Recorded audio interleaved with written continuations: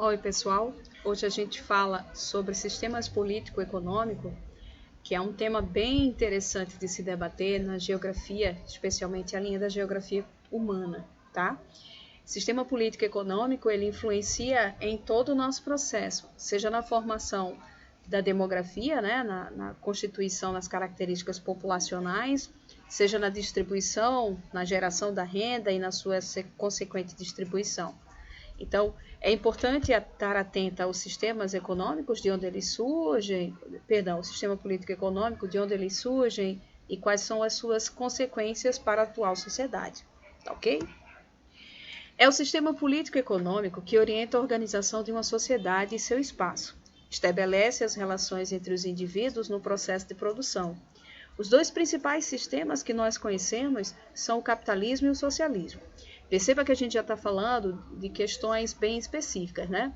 A gente vai ter o sistema político-econômico estabelecendo quais as relações que nós vamos ter entre o meio de produção, né? E o capital gerado através desse meio de produção, ok?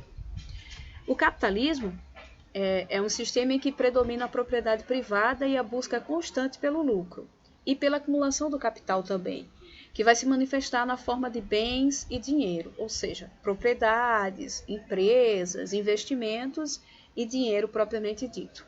Apesar de ser considerado um sistema econômico, o capitalismo ele vai se estender aos campos políticos, sociais, culturais, éticos e muitos outros, compondo quase que a totalidade do espaço geográfico. O capitalismo ele vai influenciar diretamente o espaço geográfico no qual ele está inserido, tá certo?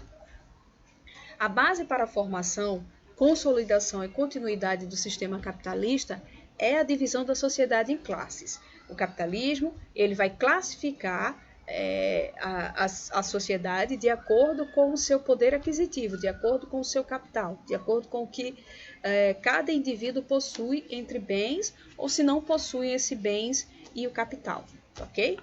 De um lado, vão se encontrar aqueles que são os proprietários dos meios de produção, que a gente vai chamar de burguesia, mas na frente eu vou explicar o porquê desse nome, e de outro, encontram-se aqueles que vivem da sua força de trabalho, através do recebimento de salários, os chamados proletários. Então nós vamos ter a burguesia, que são os donos do meio de produção, que a gente pode exemplificar como os empresários, e os proletários, que são os trabalhadores que trocam sua força de trabalho por um salário. Essa é a divisão de classe específica, é essa a principal noção que a gente precisa ter na sociedade capitalista. No caso do meio agrário, essa relação também se faz presente, pois os donos das terras são latifundiários, seria o que a gente exemplificaria como a burguesia no campo. E os ganhos, os lucros sobre os trabalhos dos camponeses, que seriam os proletários na área rural, ok? Aqui tem um exemplo, percebam, na mesa, né, de um restaurante, ele vai se alimentando com a maior parte, né, o dono do meio de produção, o burguês, e ajoelhado próximo à mesa estão os proletários que vão consumindo as migalhas do que sobra desse meio, desse processo do capitalismo, ok? Com a era da globalização, o sistema capitalista tornou-se predominantemente em prática praticamente todo o mundo, ou seja, todo mundo globalizado hoje, predominantemente, tem o sistema capitalista inserido e influenciando o seu país. Porém, as suas fases e etapas de desenvolvimento não ocorrem de forma igualitária na totalidade do espaço mundial. Isso porque a sua lógica de produção e reprodução é puramente desigual. Assim, algumas nações apresentam estágios mais avançados de capitalismo e outras apresentam seus aspectos ainda iniciais. Para conhecer essas fases e aspectos, torna-se importante conhecer o surgimento e a história do capitalismo. Mas aqui vale lembrar o seguinte, a gente tem países desenvolvidos, centrais, capitalistas, que estão extremamente avançados nesse processo, enquanto a gente vai ter países periféricos, subdesenvolvidos, que estão bem no início mesmo, bem atrasados em relação aos outros, tá certo? O surgimento do capitalismo é um processo que foi lento e gradual, iniciando-se no que a gente chama da Baixa Idade Média, mais ou menos entre o século XIII e o século XV, com a formação de pequenas cidades comerciais que eram denominadas burgos. Lembra que no início eu falei sobre a burguesia e o proletariado? A burguesia vai ter origem aqui, nessas cidades comerciais que recebiam o nome de burgos. Essas cidades desafiavam a ordem então vigente na época, que era o feudalismo, em que a Europa era repartida em vários feudos, cada um comandado exclusivamente pelo seu senhor feudal. Então o capitalismo, né, através dessas cidades comerciais, dessa burguesia iniciante, ela vem desafiar o sistema então predominante, que era o feudalismo.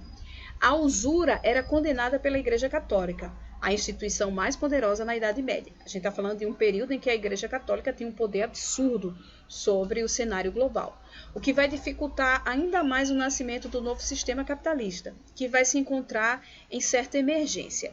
Vai dificultar no início, mas quando a gente começa a ver a influência que esses burgos, essas cidades vão ter sobre outras áreas e como essa sociedade caracterizada pela burguesia vai ter um poder de persuasão através do seu capital, a gente vai ver que essa dificuldade ela vai sumindo ao longo do tempo, até que a própria igreja também vai ceder à burguesia mais à frente. Com o passar do tempo, o poder da classe que comercializava nos burgos, a burguesia, foi se expandindo e o acúmulo de capital difundiu-se. Tal fator associado ao crescimento dessas cidades e ao consequente processo de relativa urbanização da Europa, além de fatores históricos como as cruzadas, que vem trazer uma derrocada do sistema feudal e o ressurgimento do capitalismo, tá certo? O principal evento que marcou a formação desse novo modelo econômico de sociedade foi a realização das grandes navegações no final do século XV e início do século XVI. E por que as grandes navegações? Por que esse processo vai ser tão importante? Porque é através dessas novas colonizações que principalmente o antigo continente, a Europa, vai fazer na América, na Ásia, na África, é através desse processo que eles vão conseguir matérias-primas novas e vão conseguir aumentar o seu poder de comercialização, tá ok? Aqui tem um exemplo específico de como a gente vai dividir essa sociedade. Logo acima, lá em cima, a gente vai ter a burguesia, né, relacionada com o capitalismo, e aqui abaixo, sustentando essa pirâmide, nós vamos ter os trabalhadores, os proletários. O capitalismo comercial. Isso porque, com a fundamentação desse processo capitalista, a gente vai ver surgir vários tipos de capitalismo, de acordo com alguns períodos da história. Em seu período de surgimento e consolidação, o capitalismo ainda não conhecia a industrialização e tampouco a formação de grandes adensamentos urbanos, ou seja, de grandes aglomerações urbanas. Sendo assim, a economia nesse período era essencialmente centrada nas trocas comerciais e a riqueza que advinha dessas trocas comerciais. Então, o capitalismo comercial vai surgir através desse escambo, dessas trocas, mas sem o advento da industrialização. A riqueza das nações era medida pelo acúmulo de matérias-primas e especiarias ou a capacidade de se ter acesso a elas. Então, nessa época, o que dominava, por exemplo, eram os países europeus, como Portugal, França, Inglaterra, que vão deter essas especiarias, que vão deter essa capacidade de comercialização. Por isso, o período que vai do século XVI ao século XVII é chamado de período de capitalismo comercial. O modelo econômico praticado nesse período foi chamado de mercantilismo e caracterizava-se pelo fortalecimento dos estados nacionais e sua forte intervenção na economia. Seu papel era assegurar a máxima acumulação de lucros por parte da burguesia e da aristocracia, bem como disputar os mercados internacionais e o melhor acesso a matérias-primas. As premissas básicas do mercantilismo eram 4 específicas: buscar matérias-primas a baixo custo, produção de mercadorias manufaturadas, metalismo, né? Ou seja, o acúmulo de metais preciosos, e a busca pela balança comercial sempre favorável, ou seja, exportar mais, vender mais do que importar e do que comprar. Isso ainda permanece no capitalismo atualmente, tá certo? Principalmente essa busca pela balança comercial sempre favorável, porque aí o país vai ter sempre lucro nas suas transações comerciais. Aqui a gente tem um exemplo de uma cidade portuária, Veneza, naquela época. E depois desse processo do capitalismo comercial, do mercantilismo, a gente vai ver surgir o capitalismo industrial. Os 2 fatores históricos que vão ocasionar a transição do que era mercantilismo, né, capitalismo comercial, para o industrial, é a Revolução Industrial de 1760 a 1820 e a Revolução Francesa de 1789 a 1799. Essas duas revoluções ocorridas na Europa, uma inicia-se na Inglaterra e a outra na França, vão permitir a estabilização do poder na mão da burguesia, tá? Centrando a economia na principal atividade desenvolvida e administrada por essa classe, que é a industrialização. Ou seja, após o processo de mercantilismo, vai entrar em ação a industrialização surgida na Inglaterra, né, continente europeu, dando fundamentação à Revolução Francesa, que é a manutenção da burguesia no seu devido status de poder, e a partir daí o capitalismo vai se fundamentando como sistema político, econômico, que vai gerar riqueza, mas que vai concentrar essa riqueza na mão da burguesia. E isso a gente vê até hoje, ok? O capitalismo industrial também nesse período, a Europa, principalmente a Inglaterra, vai exercer um grande poder sobre o mundo. Porque se a gente for olhar a questão do colonialismo e do imperialismo também, né? Ao importar as matérias-primas das periferias e colônias do planeta e depois exportar os seus produtos industrializados, a Inglaterra vai conseguir manter a hegemonia, a liderança no sistema capitalista mundial, especialmente nessa época. E esse continente também passou por intensivos processos de industrialização, formando grandes cidades, né? A gente sabe muito bem que existe uma ligação forte entre a industrialização e a urbanização. Mas veja só, isso não quer dizer que a urbanização e a industrialização vai trazer consequências benéficas, porque a gente sabe que a partir desse processo nós vamos ver surgir uma urbanização que não é planejada, ou seja, com a criação de moradias e situações precárias para a população. Aqui tem um exemplo de uma linha de produção de automóveis. E por fim a gente chega ao capitalismo financeiro, que é a transição do capitalismo para a sua fase financeira. E ela vai ocorrer através do processo de investimento do capital bancário sobre a indústria. Ou seja, agora o banco vai chegar até a indústria, vai financiar essa indústria. Tá? Vai surgir grandes empresas, grandes conglomerados multinacionais que vão aumentar ainda mais esse processo de lucro.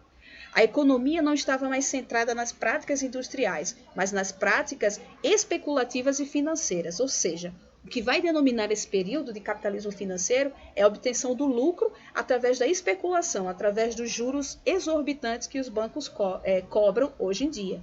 Com a crise de 1929, o modelo econômico foi alterado e o sistema que a gente conhecia como sistema keynesiano passou a ser hegemônico. Esse sistema foi elaborado pelo economista John Maynard Keynes, que preconizava o retorno chamado de Estado forte, ou seja, com a sua máxima intervenção na economia. Esse modelo era também chamado de Welfare State, Estado do bem-estar social, e visava ao máximo consumo a fim de abastecer indústrias e gerar mais empregos. O que quer dizer isso? As pessoas precisavam consumir cada vez mais para poder gerar mais empregos, para dinamizar essa economia em cada região onde o capitalismo estava atuando com força. Nesse período também surgiram e se expandiram as transnacionais, também chamadas de multinacionais ou empresas globais, que rapidamente se instalaram em vários países, especialmente nos países periféricos, né, os subdesenvolvidos, em busca de matéria-prima, mão de obra barata e ampliação do mercado consumidor. Essas empresas cada vez mais dominam o mercado internacional. Elas vão monopolizando esse mercado internacional. A gente pode dar o exemplo da Coca-Cola, dentre tantas outras empresas. A partir dos anos 80, o keynesianismo entrou em derrocada em benefício do neoliberalismo, que é a retomada do ideal da mínima participação do Estado na economia. Atualmente, apesar de alguns livros e autores apontarem o surgimento do capitalismo informacional, a maioria dos economistas defende que ainda nos encontramos na fase do capitalismo financeiro. Só que hoje, o neoliberalismo é uma realidade forte. Ele defende a ausência do Estado no controle dessa economia, no controle dessa geração de lucros através do capital, o que, consequentemente, traz para os países periféricos, os países subdesenvolvidos, o aumento da desigualdade, porque esses países eles não conseguem gerar a renda, e se eles geram a renda, eles vão concentrar essa renda na mão de pequenos empresários, né, de uma pouca quantidade de pessoas, enquanto a maioria da população vai sofrer com esse processo de desigualdade e de não acesso ao capital.